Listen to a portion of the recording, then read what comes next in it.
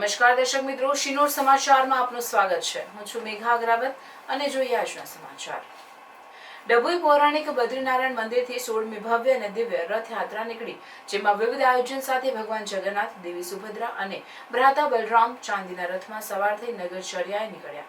વિવિધ ભજન મંડળીઓ સહિત દેશમાં પહેલગામ હુમલો અને અમદાવાદ પ્લેન ક્રેશ દુર્ઘટનામાં મૃતકોને શ્રદ્ધાંજલિ અર્પણ કરવામાં આવી।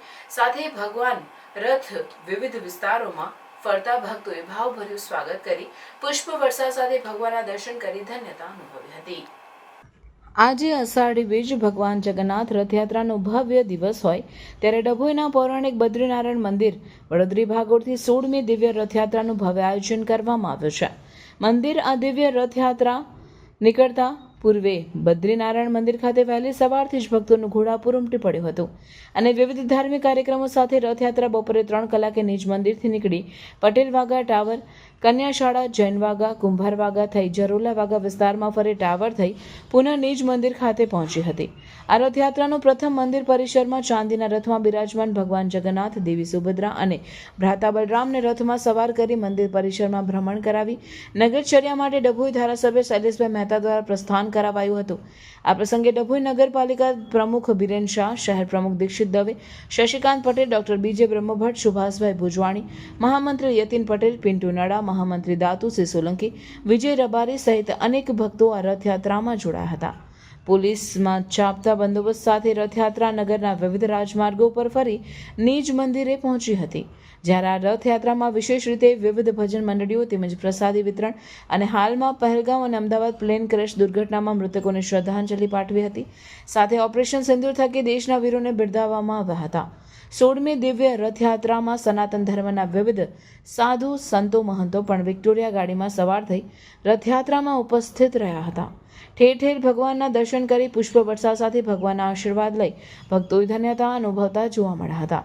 વિવિધ વેશભૂષા ધારણ કરેલ બાળકો અને હનુમાનજીની વેશભૂષા ધારણ કરેલ યુવકે તેમજ આદિવાસી લોકનૃત્યકારોએ રથયાત્રામાં ભારે આકર્ષણ જમાવ્યું હતું। રિપોર્ટર મિત માછી, શિનોર સમાચાર ન્યૂઝ, ડભોઈ।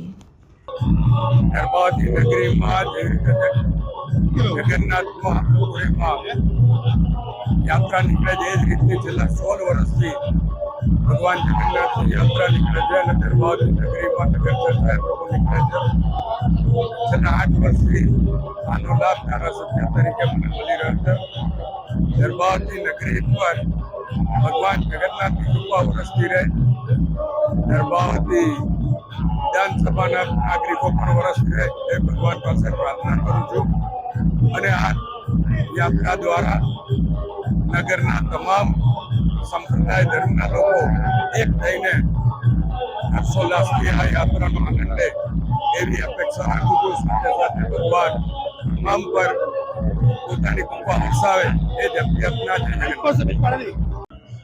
भव्य रथ यात्रा जो जगन्नाथपुरी में निकलती है उसी तरह से दरभावती नगरी में निकल रही है और लगभग 16वां वर्ष है और बहुत धूमधाम से यात्रा भगवान जगन्नाथ जी की निकलती है, जिसमें अयोध्या, वृंदावन तथा तिरुपति तथा मैसूर आदि से संत लोग भी पधारे हैं। इन सब संतों का स्वागत, इन सब संतों का प्रवचन एवं अभिषेक प्रातःकाल हुआ। भगवान दूध दही आदि से स्नान किए और खूब खूब भगवान आनंद में जब दरभावती नगरी में घूमने जा रहे हैं। धन्यवाद।